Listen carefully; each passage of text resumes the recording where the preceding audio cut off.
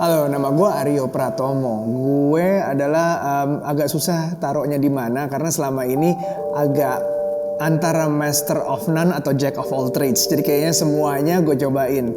Gue mungkin mulai dari 2003 selesai sekolah kerja buat orang tua sampai akhirnya 2006 bikin sendiri bisnis yang mewakilkan suatu airline. Jadi gue jualan kargo untuk suatu airline itu.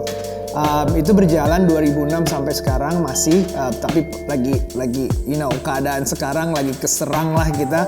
Itu masih jalan, masih survive sampai hari ini sambil mungkin sejak 2009 juga 2008-2009 sambil bikin konten di dunia digital yang awalnya tujuannya sebenarnya cuma untuk pengen tahu aja, pengen ngasah skill karena kuliahnya berhubungan dengan multimedia. Gue mau belajar tentang editing, foto, video, recording, semuanya gue coba.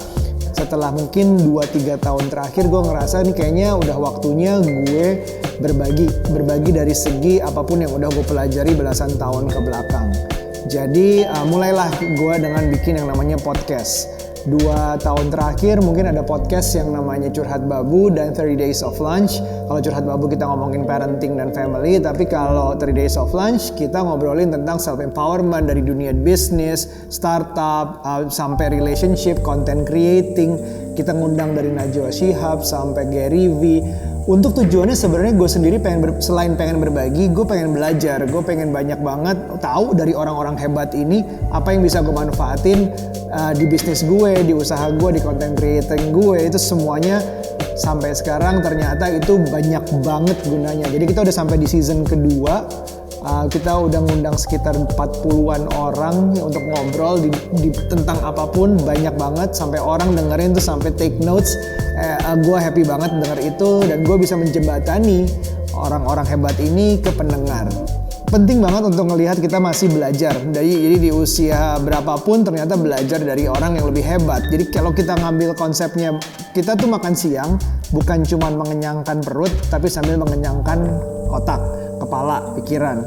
Jadi kita bareng-bareng gue sama Ruby berusaha ngundang orang dengan makan siang. Traktir makan siangnya orang-orang yang entah itu lebih kaya, lebih hebat, lebih sukses, bahkan lebih tua pun dengan banyak pengalaman yang bisa diceritakan, dan kita bayarin makan siangnya. Ya kita pick their brains out.